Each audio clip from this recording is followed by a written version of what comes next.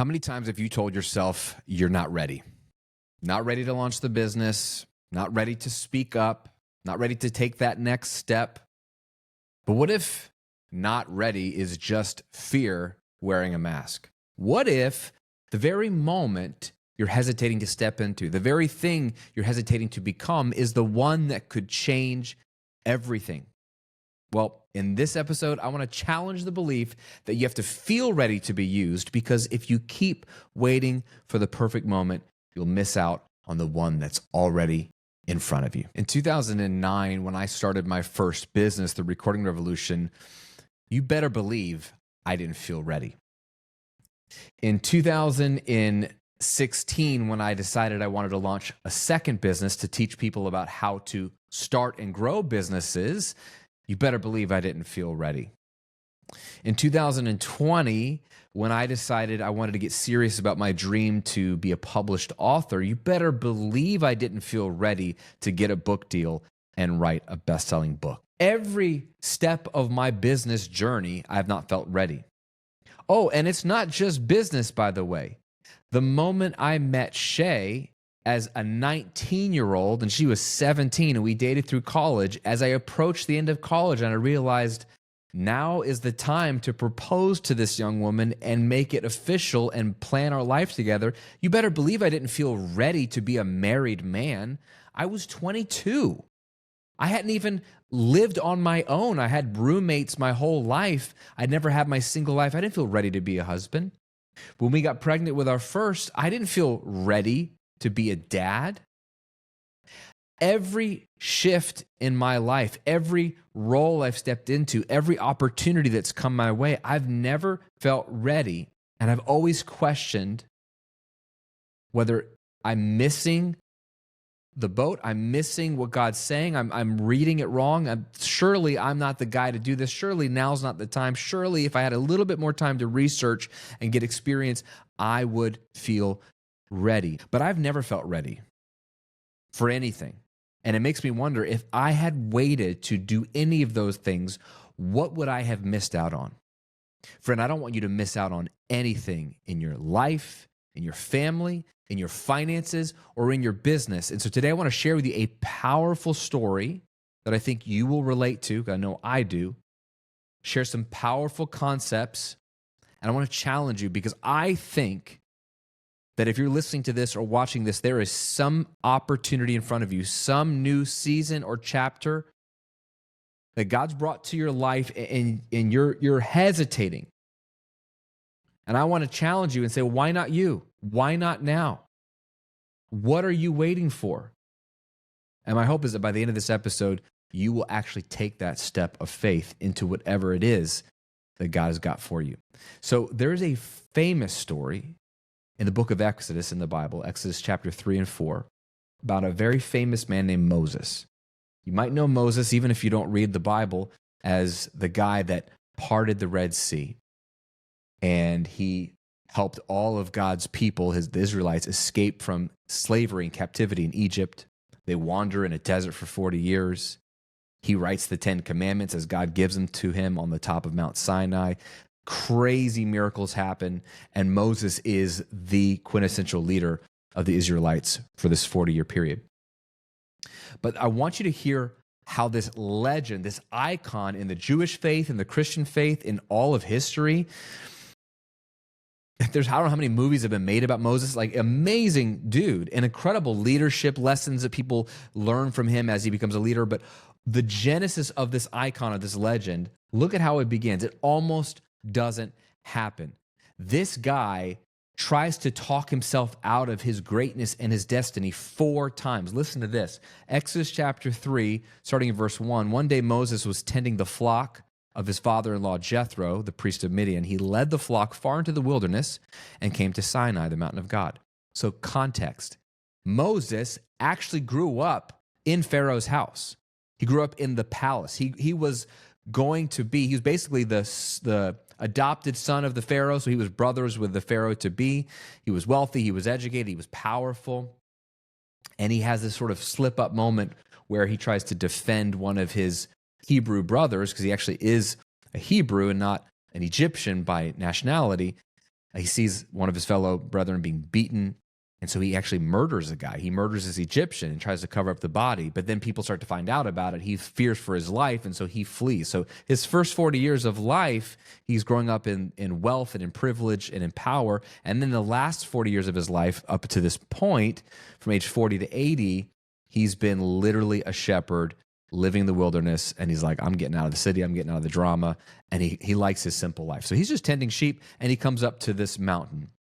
And in verse 2, there the angel of the Lord appeared to him in a blazing fire in the middle of a bush. This is the burning bush moment, if you've ever heard about it. Moses stared in amazement.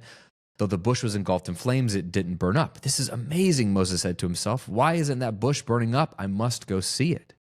When the Lord saw Moses coming to take a closer look, God called to him from the middle of the bush, Moses, Moses.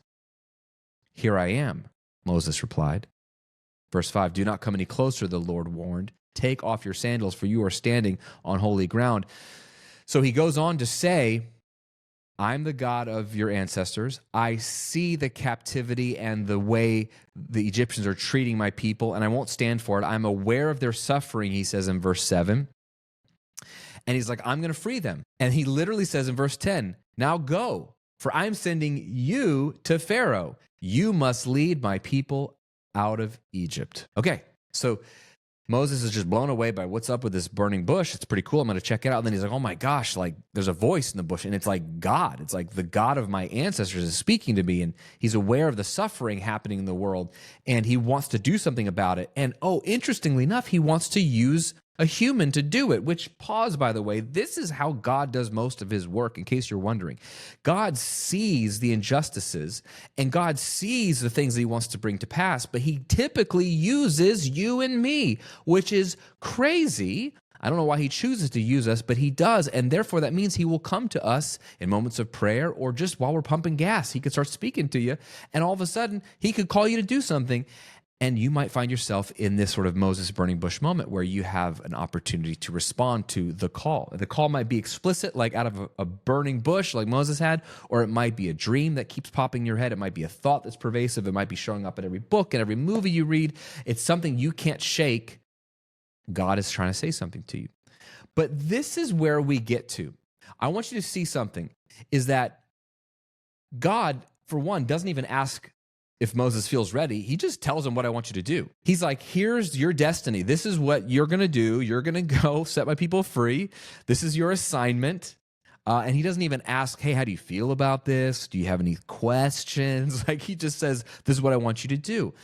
And there are three responses, really four, but there's three responses and then a dagger at the end that Moses has.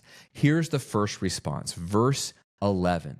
But Moses protested to God, who am I to appear before Pharaoh? Who am I to lead the people of Israel out of Egypt? The first question, the first thing that Moses goes to is identity. Who am I to do this? Have you ever asked yourself that?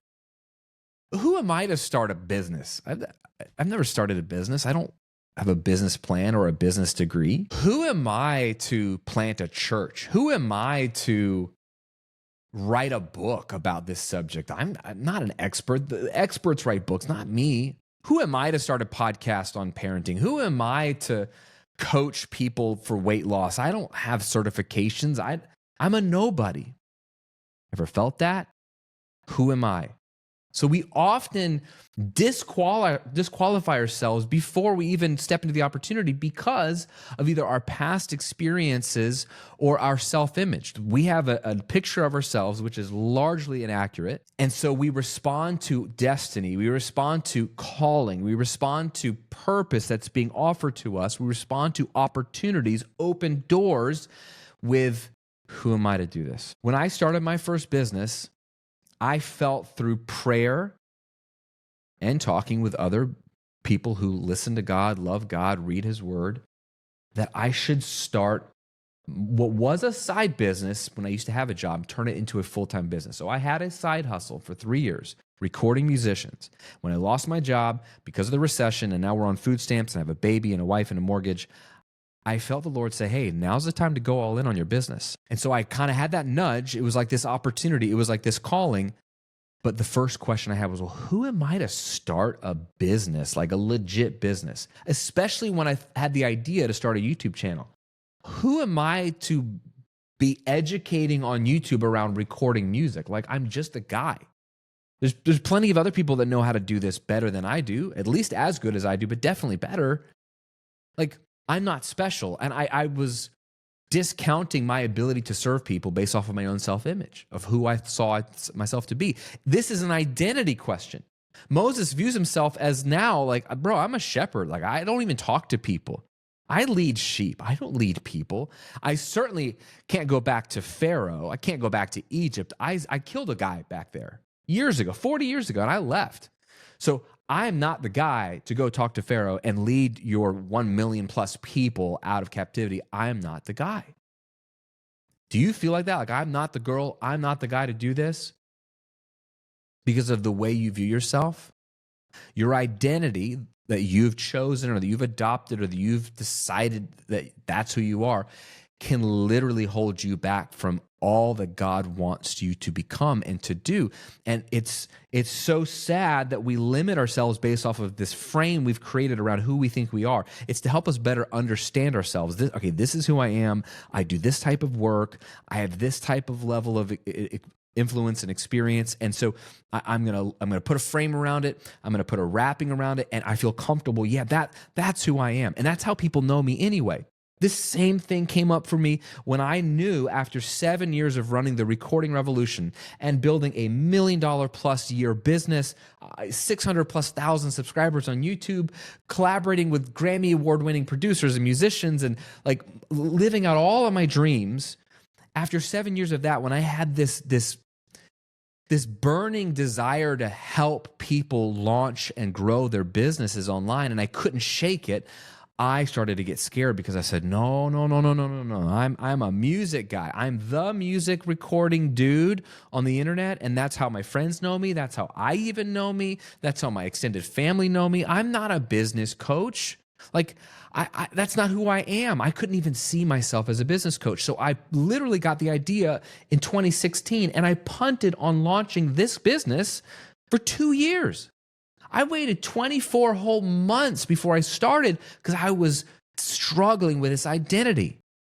But I view myself as this. I can't see myself as this. Have you related to this? Can you identify with what I'm saying here? If you get hung up on the who am I question, you will not step into God's best for your life. We will never feel like we are the person that can do the thing. Just telling you straight up. Here's good news, right? I love this phrase that God doesn't call the qualified, he qualifies the called.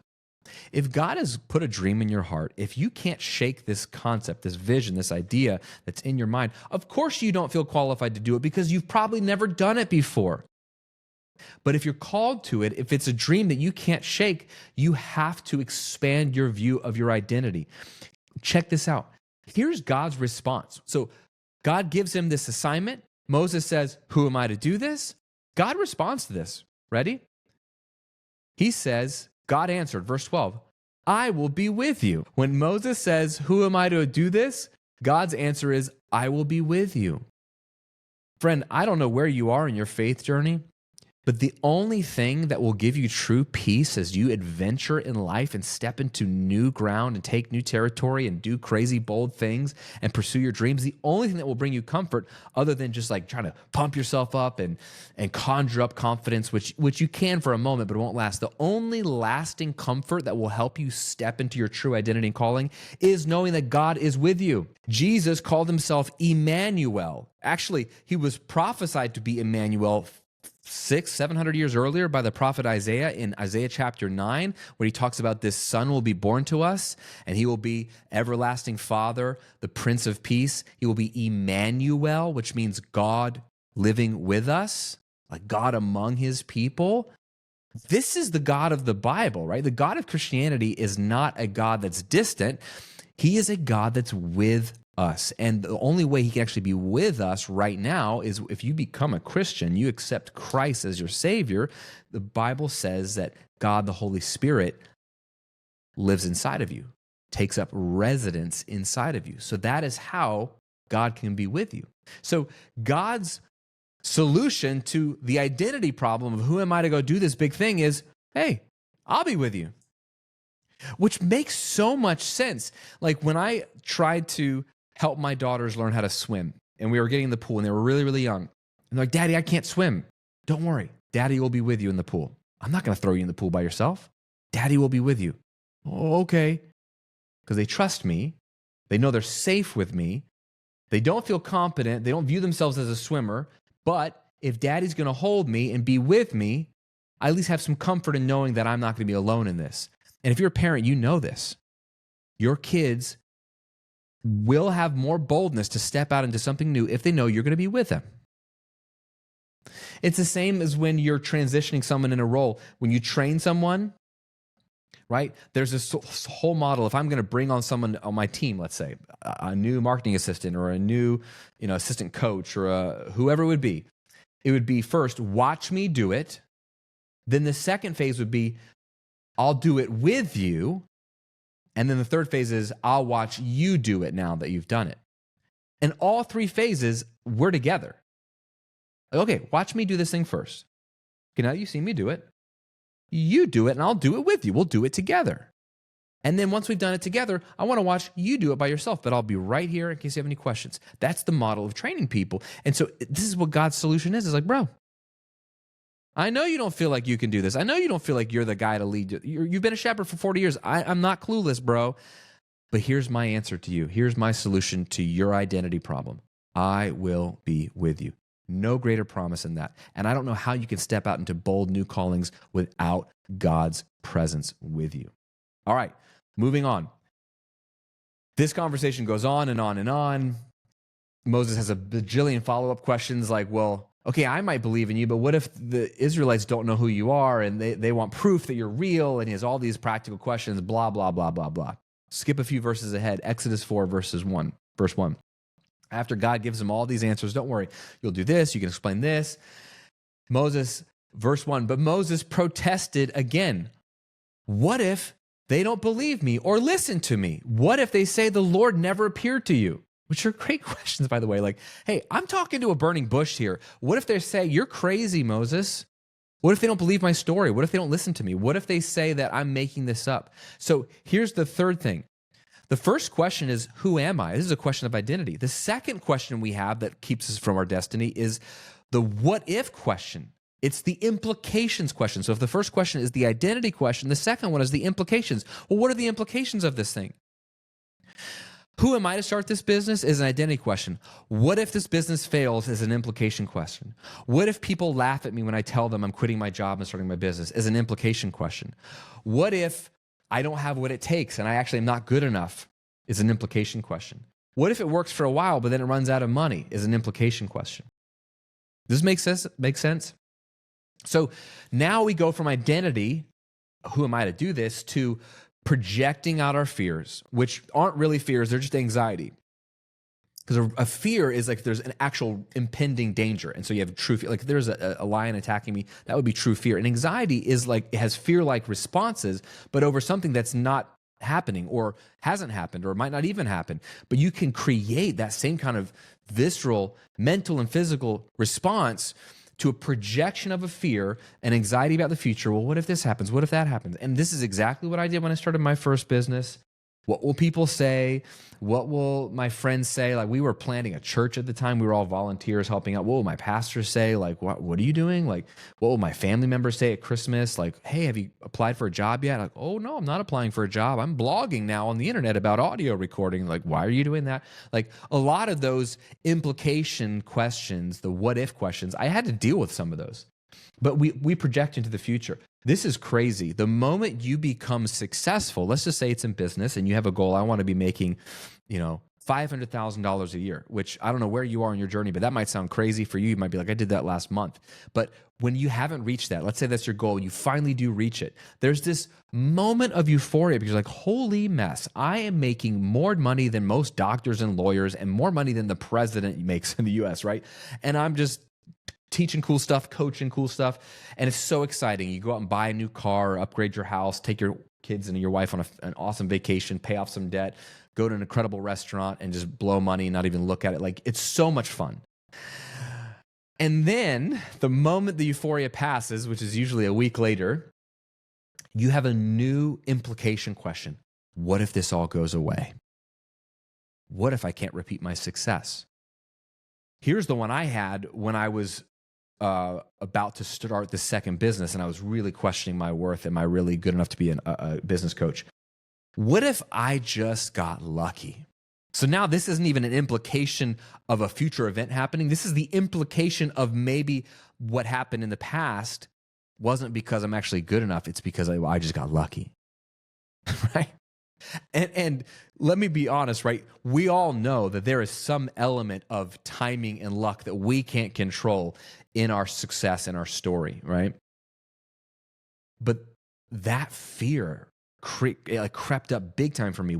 What if I can't replicate my success? What if I got successful in this first business, but I go try to replicate it in business number 2 and it just tanks? Now I'm super embarrassed. I would have rather have stayed in the first business and everyone think I'm great because I finally got over that fear and at least I am great in their minds, rather than start the second business. People laugh. Oh, look at him. He thought he was so good. He could go start another business and replicate his success. That kept me tripped up for months.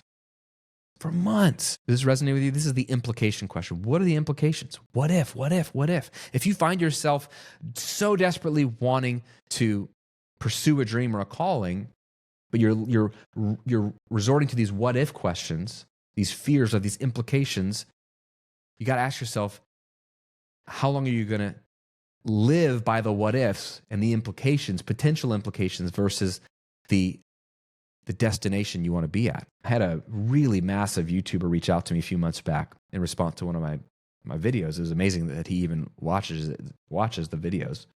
I think he's got like 6 million subscribers.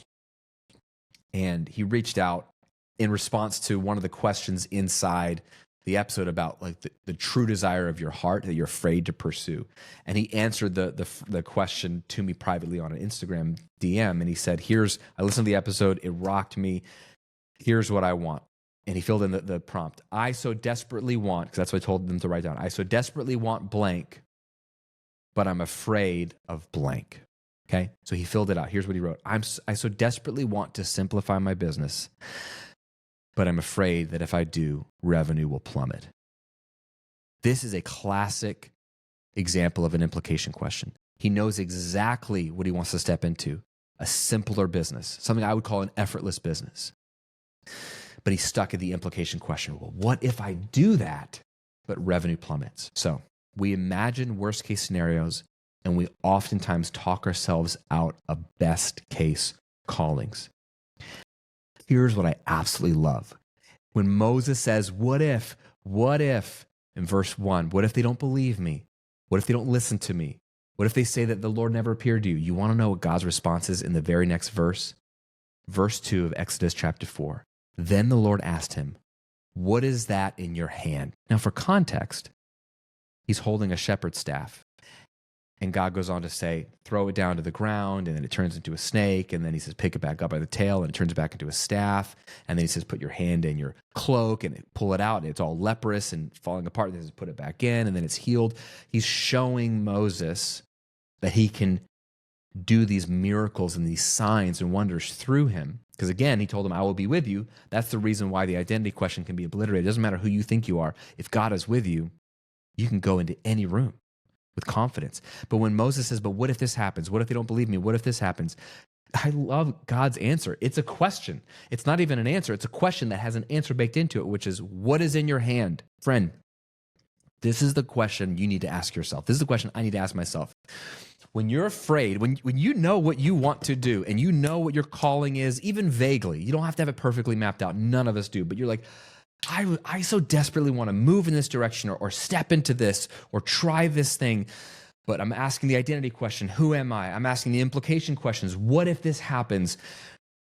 God's answer to those questions, to that what if question that plagues you, is what's in your hand? What do you have right in front of you?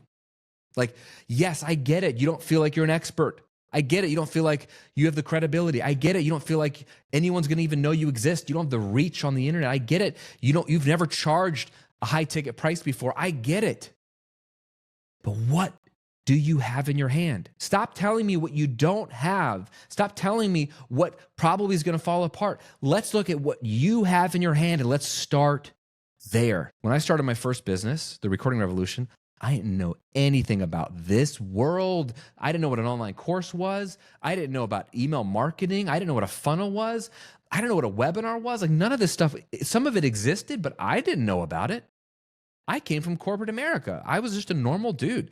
So I had no image or visual for what to expect. But God said, well, Graham, what do you have in your hand? What did I have in my hand? I had a simple home recording studio. I had some music I was working on for myself and for one other client. And I was like, well, I had a crappy camcorder. If you want to laugh, go to YouTube, look up The Recording Revolution. You'll find my first channel. And then click on my videos and sort by oldest to newest. Watch my first video and laugh at me. I filmed this video. I think I'm teaching how to mic up an acoustic guitar. I filmed this video in my spare bedroom. I'm broke as a joke when this video is filmed, by the way. I filmed it at night. Bad idea.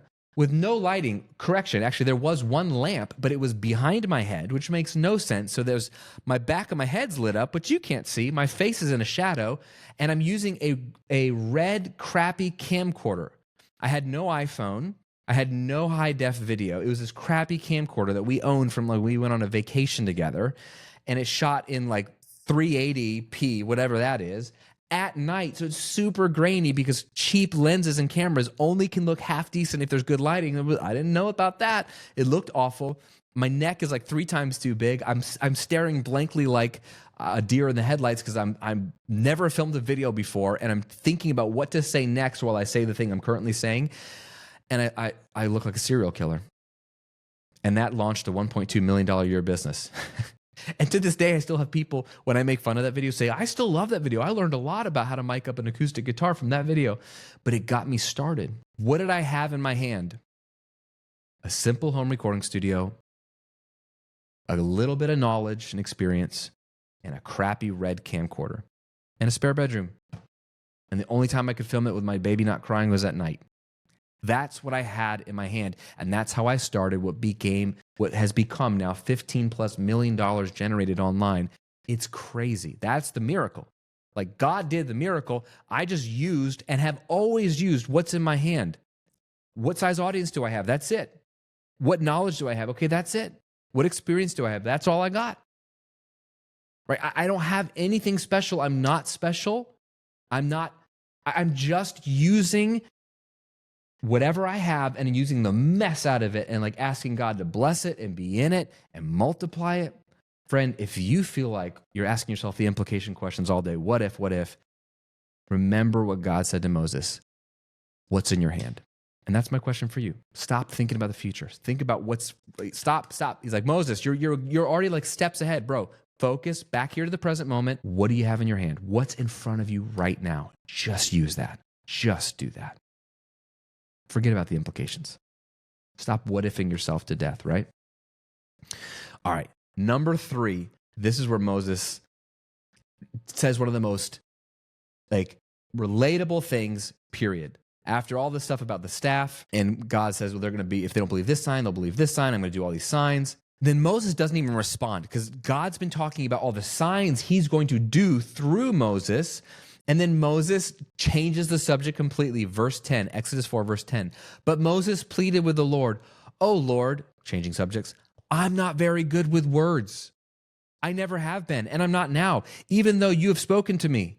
I get tongue-tied and my words get tangled." So Moses is like literally not even listening. He's not listening to what God has to say. He's just coming up with more excuses. So he's gone from the identity question, who am I, to the implications question, what if they don't listen, to the incompetence statement, which is, I'm not good enough. I'm not very good with words, he says. So who am I to do this?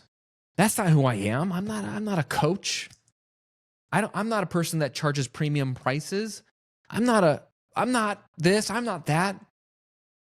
I'm not a YouTuber. Then we go to the implication question. Well, what if this happens? What if that happens? What if they laugh at me? What if I can't pull it off? What if we can't pay our bills? What if I regret quitting my job? What if? And then finally, we just get down to straight facts of incompetence. I'm not competent enough. I'm not good enough. I don't have what it takes to do this. I just don't. We feel like we don't have the skills. It's the ultimate imposter syndrome. Yeah, I could fake it. I could pretend I'm the guy. I can ignore the what ifs, but at the end of the day, I know I don't have what it takes. I'm not good enough. I don't have the skill. Now, some of you feel competent to do a lot of things, but most often, the thing that God's really calling you to step into, the destiny that he has for you, is much bigger than you are by design. It's meant to draw you closer to him, to be pulled away from this Western American, I'm self-reliant and I'm independent, into a relationship of dependence and God reliance, which is the only thing that will set you free and make you powerful, by the way. There's a limit to what you can do. There's no limit to what God can do through you. So it's inevitable that you and I are going to say, I'm not good enough. I can't do this. It makes total sense. Yes, you're probably right. And no amount of telling yourself, I'm good enough is the solution. That's not the solution.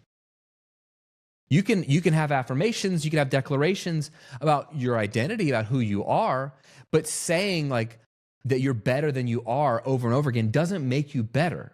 And it certainly doesn't make you feel confident long term. So if you've ever felt like you're literally not good enough to do the thing that you feel so desperately called to do or you desperately want to do, here's God's response. Moses says in verse 10, I'm not good enough. I'm not a good speaker. I'm not very good with words.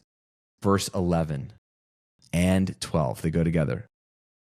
The Lord asked Moses. Again, he doesn't tell him an answer. He answers the question with a question. Who makes a person's mouth? Who decides whether people speak or do not speak, hear or do not hear, see or do not see? Is it not I, the Lord? And then an exclamation point. Verse 12, now go. He's getting irritated. I will be with you as you speak. So we already know that in the identity question, right? I will be with you. Or in the implications question, right? And I will instruct you in what to say. I will be with you. I will instruct you. So God's response is, I make people good. I'm the one that qualifies people. I'm the one that gives people skill. I'm the skill giver. I'm the master maker. Anyone who's excellent at anything is because I made them that way. So if you don't feel good enough, you're literally giving me pointless information. If I've called you to do something, it's because I'm going to make you good enough to do it. You've identified a weakness, Moses? Oh, you've identified a weakness you have, Graham? Wow, congratulations. Guess what? That is exactly why I've called you to do this, so I can show up and show you my strength. Paul writes about this in the New Testament. I will boast all the more in my weaknesses because God's power is made perfect in my weakness. This is very crazy to the outside world, which is like, you got to show power, you got to feel powerful, you got to make yourself feel powerful. Who in their right mind will identify and boast in their weaknesses? Someone who understands that where you feel weak, especially if it's tied to your calling, is exactly where God can and wants to show up strong for you and make you strong and deliver power in your life. So if you want to feel powerful, you want to feel strong, then congratulations. If you feel weak and you're pursuing the calling God has in your life, the dreams he's put in your heart, you're going to see his power show up. You may not be the one that's powerful, but you will get to experience his power, right? Literally, God says to Moses, I will instruct you in what to say. If you don't know what to do first, second, or third, God's like, don't worry, I'll tell you what to do. I'll tell you what to say. Isaiah says it in I think it's chapter 30. He says, if you consult with the Holy Spirit versus consulting with the powerful people in Egypt, like who are you getting your wisdom from? If you consult with the Holy Spirit, he's like, I will be like a voice whispering behind you, go to the left, go to the right. There's this promise, this thread throughout Scripture that God doesn't tell you what to do with all the steps ahead of time, but he does promise to tell you what to do every moment you need to know what to do. In the moment, at the right time, often in the 11th hour, as they say, God will say, do this, talk to this person, send this email, respond in this way. Here's the answer you've been praying for. God will instruct you. God will make you capable. God will make you good enough because you aren't good enough without him. Jesus says, apart from me, you can do nothing, John chapter 15. He says we're the vine and he's the branches. The only way we can have power and bear fruit is to stay connected to the vine, stay connected to the branches. So if you want to have fruitfulness in your life, like productivity and impact and influence and money and help, truly help people like I know you do, the only way to do it is stay connected to Jesus. The only way to do it is to do it with Jesus. If you try to do it apart from him, good luck. You'll have a limit to what you can do, but if you want limitless impact, you got to stay connected to God. And he'll tell you what to do as you go, so you don't have to feel alone. So Moses responds to his destiny with identity questions. Who am I to do this? Implication questions. What if this happens? What if that happens?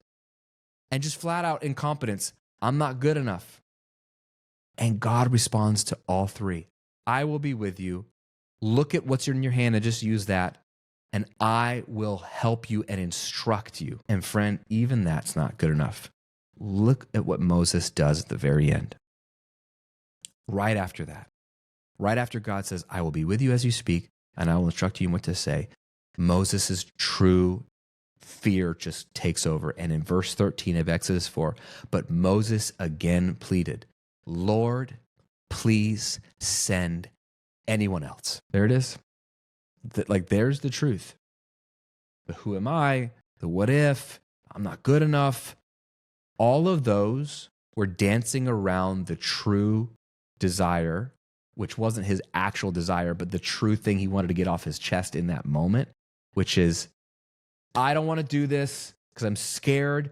Please send somebody else. Have you ever felt that?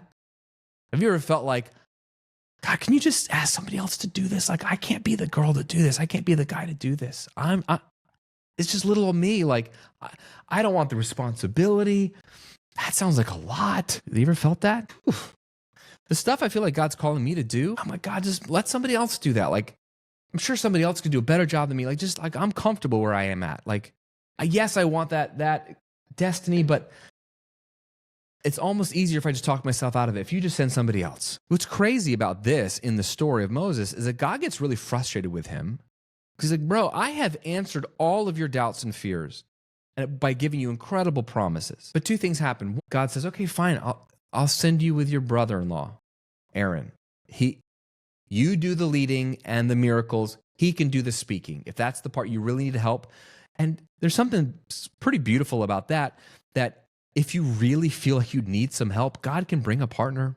God can bring someone to help you do it. You don't have to do everything on your own, even from a human standpoint. But the reason God's frustrated, because if you see in verse 14, then the Lord became angry with Moses.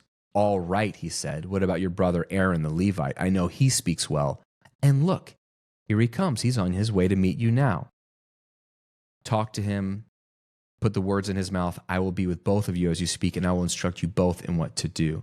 And so I love that answer and that sweet kindness of the Lord to then meet Moses where he's at in his fears. But the reason God became angry with Moses is not because Moses was weak. God knew he was weak. That did not surprise him.